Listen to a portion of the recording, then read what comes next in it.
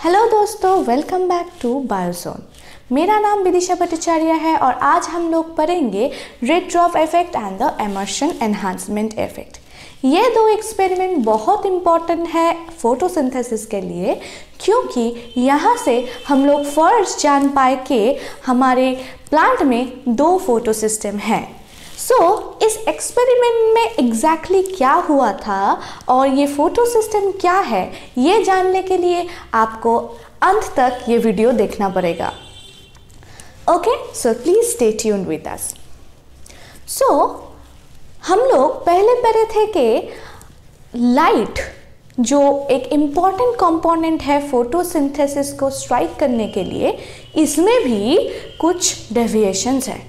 इसका मतलब फोटोसिंथेसिस को एक्टिवेट करने के लिए सब लाइट एफिशिएंटली काम नहीं करता है। Only blue light and red light efficiently इस काम के लिए एफिशिएंटली हेल्प करता है प्लांट को। यहाँ से हम लोग पिछली बार जान पाए कि रेड लाइट एक इम्पॉर्टेंट लाइट है। आप लोग अगर हमारे उस वीडियो को मिस कर गए तो उस वीडियो को आप देख सकते हो, लिंक डिस्क्रिप्शन बॉक्स में है, पर वो वीडियो इंग्लिश में है, ठीक है। ओके, यहाँ से हम लोग जब जान पाए कि रेड लाइट एक इम्पॉर्टेंट लाइट है, उस वक्त सब साइंटिस्ट के मन में एक ख्याल आया। क्या ख्याल आया? रेड रेंज के बाहर और रेड रेंज के ऊपर अगर हम कोई लाइट से प्लांट को इल्यूमिनेट करते हैं तो क्या फोटोसिंथेटिक रेट बढ़ेगा और नहीं। इसके लिए सब साइंटिस्ट डिफरेंट एक्सपेरिमेंट किए थे। उसके अंदर सबसे इम्पॉर्टेंट एक्सपेरिमेंट जो था वो कंडक्ट किया था रॉबर्ट इमर्शन ने इन 1947 में। ये एक्सपेरिमेंट ने इन्होंने क्या किया था? Robert Emerson and their colleagues conducted this experiment. यहाँ पे उन लोगों ने एक ट्री लिया और 2 मोनोक्रोमैटिक लाइट लिया। नाउ ये tree and the monochromatic light के साथ इन लोगों ने क्या किया? यहाँ पे 2 टाइप का मोनोक्रोमैटिक लाइट था। फर्स्ट एक्सपेरिमेंट में 2 टाइप ऑफ का मोनोक्रोमैटिक लाइट था। क्या क्या था? एक था फार रेड रेंज का लाइट एंड और एक था रेड रेंज का लाइट।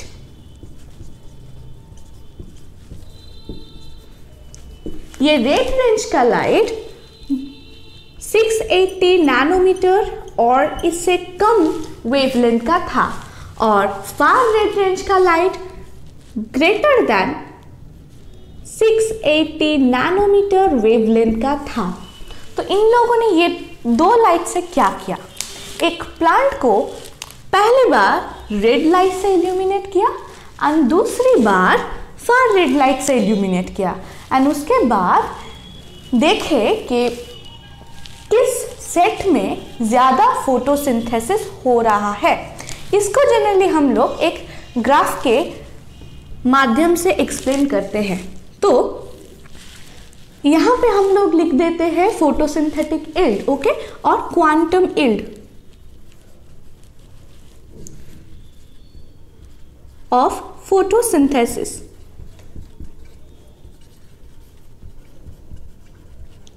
ओके, यहाँ पे हम लोग पहले देंगे रेड लाइट जहां पे वेवलेंथ लेस देन 600 नैनोमीटर पर होगा। तो हम लोग क्या देख पाए यहाँ पे कि जब हमने रेड लाइट दिया तब फोटोसिंथेटिक यील्ड नियर अबाउट इतना हुआ। ओके, ईयर हम लोग ऑफ कर दे रहे हैं लाइट को। अगेन नेक्स्ट सेट में हमने फार रेड लाइट से इल्यूमिनेट किया प्लांट को, ओके, जो 600 नैनोमीटर से ज्यादा था। तो यहां पे हम लोगों ने देखा कि फोटोसिंथेटिक यील्ड बहुत कम आया है। आप यहाँ पे देख सकते हो क्या, यहाँ पे फोटोसिंथेटिक यील्ड इतना है पर यहाँ पे बहुत कम है। इस एक्सपेरिमेंट से उन लोगों ने कंक्लूड किया कि जब हम लोग रेड रेंज से ज़्यादा लाइट दे रहे हैं, ज़्यादा वेवलेंथ का लाइट दे रहे हैं, इससे क्या हो रहा है, फोटोसिंथेटिक यील्ड डिक्रीज कर रहा है, रिड्यूस हो रहा है। दिस इफेक्ट को हम लोग रे ड्रॉप इफेक्ट कहते हैं। रे ड्रॉप इफेक्ट क्यों रे ड्रॉप कहते हैं? क्योंकि फार रेड रेंज में जहाँ पे वेवलेंथ ज़्यादा है वहाँ का लाइट अगर हम लोग देते हैं और इल्यूमिनेट करते हैं प्लांट के ऊपर, तो क्या देख रहे हैं, फोटोसिंथेटिक यील्ड प्रोग्रेसिवली रिड्यूस हो रहा है। इसके लिए हम लोग इसको रेड ड्रॉप इफेक्ट कहते हैं। नाउ हमारे लाइफ से अगर कोई फ्रेंड झगड़ा करके चले जाता है, हम लोग क्या वहाँ पे रुक जाते हैं? नहीं, नया फ्रेंड पकड़ लेते हैं, नया फ्रेंड आ जाता है हम लोगों के लाइफ में। लाइक दैट ये लोग भी जस्ट यहाँ पे नहीं रुके, इन्होंने भी एक अनदर एक्सपेरिमेंट किया। वहाँ पे इन लोगों ने दो लाइट, ये रेड लाइट और फार रेड लाइट को सेम टाइम में साइमल्टेनियसली एक प्लांट के ऊपर इल्यूमिनेट किया था, देखने के लिए अगर हम लोग इन दोनों को एक साथ प्लेस करते हैं तो फोटोसिंथेसिस में क्या चेंजेस आएगा। तो यहाँ पे हम लोग दे रहे हैं both red light, red and far red light. तो अभी हम लोग देखेंगे कि इस रेंज में फोटोसिंथेटिक यील्ड बहुत बढ़ जा रहा है। It is increasing twice or thrice than the sum of these two range। इसका मतलब क्या है कि यहाँ पे जो फोटोसिंथेटिक यील्ड हम लोग अचीव कर रहे हैं,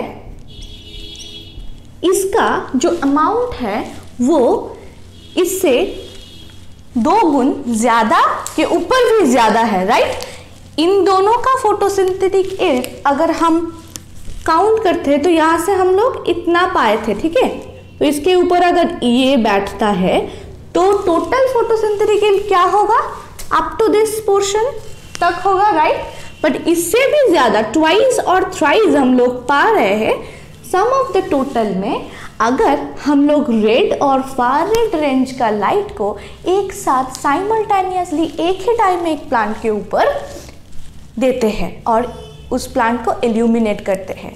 सो यहाँ से एक आइडिया और एक कंसेप्ट आया कि यहाँ पे प्लांट के अंदर टू फोटो सिस्टम्स है। दैट मीन्स यहाँ पे कोई है जो एक साथ काम कर रहा है। लाइक दिस, यहाँ पे 2 बॉल हमने ड्रॉ किया है, एक फोटो सिस्टम है और एक नेक्स्ट फोटो सिस्टम है, ओके। सो इफ फर्स्ट में अगर हम लोग सिर्फ रेड लाइट से इल्यूमिनेट कर रहे थे और फार रेड लाइट से इल्यूमिनेट कर रहे थे तो सिर्फ ये काम कर रहा था। जब हम लोग इसको इल्यूमिनेट कर रहे थे रेड लाइट से तो सिर्फ ये काम कर रहा था, दोनों एक साथ नहीं काम कर रहे थे। तो इसलिए ये यील्ड में हम लोग वेरिएशन देख सकते थे। पर हम लोग अगर इन दोनों को एक साथ एक्टिवेट करें और इन दोनों में अगर कोई कनेक्शन होता है तो क्या होता है, ये लोग एक साथ काम करेंगे और जो यील्ड है वो बढ़ जाएगा नॉर्मल से। यही हुआ है, तो यहाँ पर भी यही हुआ है। इसको हम कहते हैं इमर्शन एनहांसमेंट इफेक्ट। सो ये क्या कंक्लूड किया, तो ये एक्सपेरिमेंट से हम लोगों ने कंक्लूड किया और हम लोग जान पाए कि हमारे प्लांट में 2 फोटो सिस्टम है।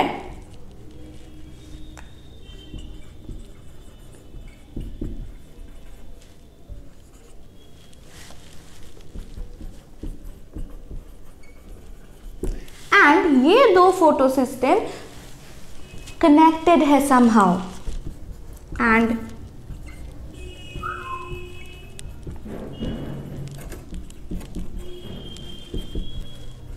connected with each other. Okay, so दो फोटो सिस्टम एक साथ कनेक्टेड है. सो हम लोग जब दो लाइट को साइमल्टेनियसली स्टिमुलेट कर रहे थे, इल्यूमिनेट कर रहे थे प्लांट के ऊपर, तभी ओनली फोटोसिंथेसिस का ग्रेटर रेट और मोस्ट इफेक्टिव रेट हम लोग देख पा रहे थे.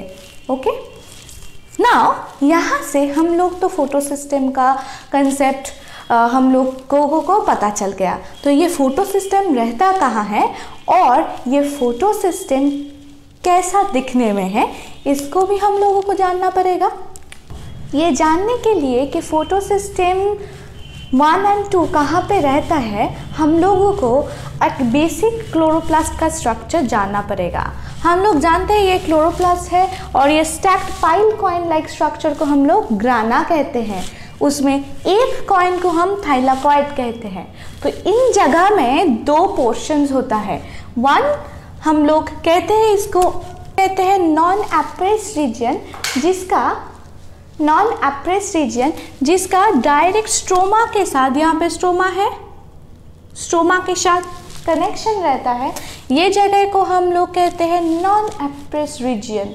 दैट मीन्स कुछ भी दबा हुआ नहीं है, इसके ऊपर और नीचे कुछ भी नहीं है. और ये जो लोकेशंस होता है, this regions called the appressed region, दबा हुआ पोर्शन. सो ये दबा हुआ portion, that means appressed region में हम लोग फोटो सिस्टम 2 को पाते हैं. और ये नॉन एप्रेस्ड रीजन में, दैट मीन्स इस जगह पे हम लोग फोटो सिस्टम 1 को पाते हैं. ठीक है, तो इन जगह में जनरली फोटो सिस्टम 2 और 1 रहता है.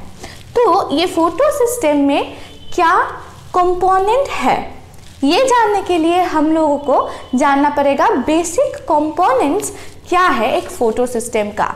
सो एक फोटो सिस्टम में 3 कंपोनेंट्स होता है. एक होता है रिएक्शन सेंटर,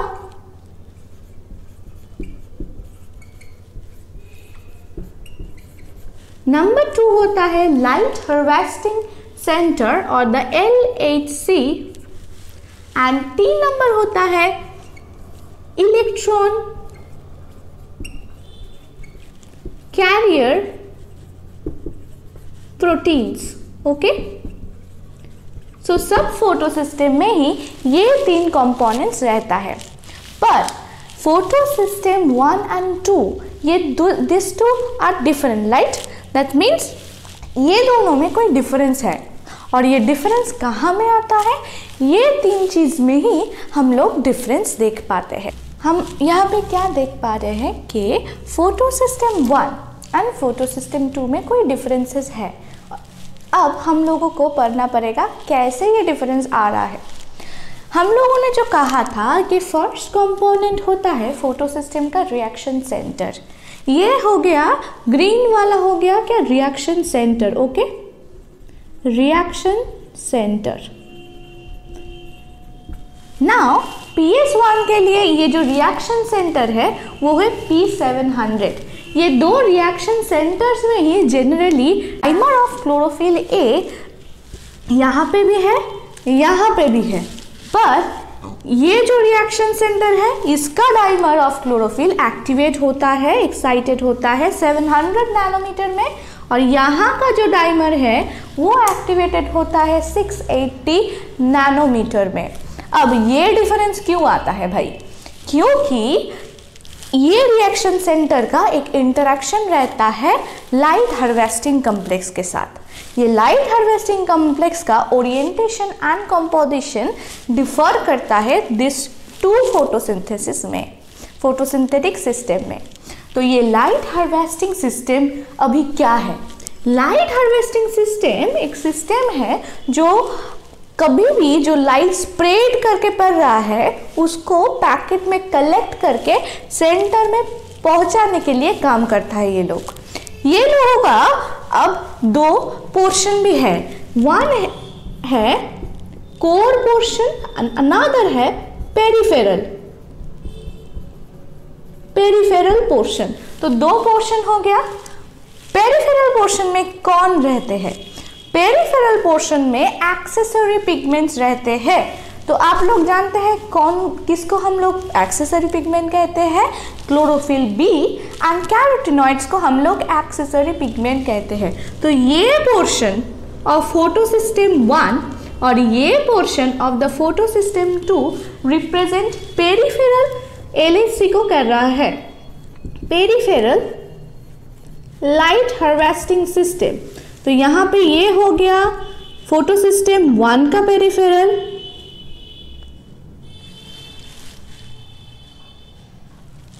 फोटोसिस्टम 1 का पेरिफेरल LHC। आप लोग यहाँ पे क्या देख सकते हो? दोनों में ही कैरोटीनॉइड्स क्लोरोफिल बी है, पर फोटोसिस्टम 2 में ज्यादा है in comparison to the photosystem 1। So एक हो गया ये डिफरेंस। और क्या डिफरेंसेस है? यहाँ पे हम लोग देख सकते हैं कोर लाइट हार्वेस्टिंग कॉम्प्लेक्स में in the case of photosystem 1 यहाँ पे 6 डिफरेंट टाइप्स का क्लोरोफिल ए रहता है।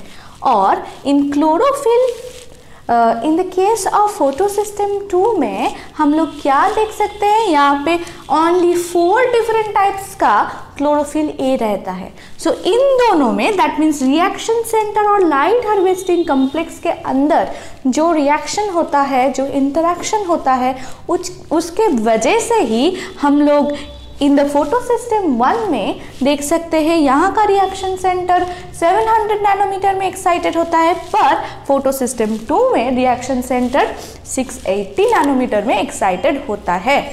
इसके अलावा हम लोग क्या पाते हैं within the photosystems? Photosystem 1 and 2 में हम लोग डिफरेंट टाइप्स का इलेक्ट्रॉन कैरियर पाते हैं जो इन दोनों सिस्टम के बीच लिंकर जैसे काम करता है और दोनों को लिंक करता है so that we can get a maximum yield.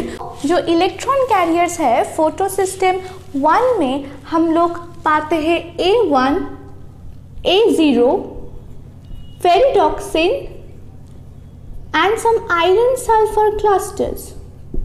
Okay, and photosystem 2 में हम लोग पाते हैं फ्यूफाइटिन, QA, QB and cytochrome B6. Okay, so these are the different electron carrier proteins. Now ये लोग एक साथ काम करने के लिए ही ये दो सिस्टम एक साथ काम कर पाते हैं। अभी एक साथ ये लोग कैसे काम करते हैं इसके लिए आप लोगों को हमारे नेक्स्ट वीडियो में रहना पड़ेगा। For till that, Tata.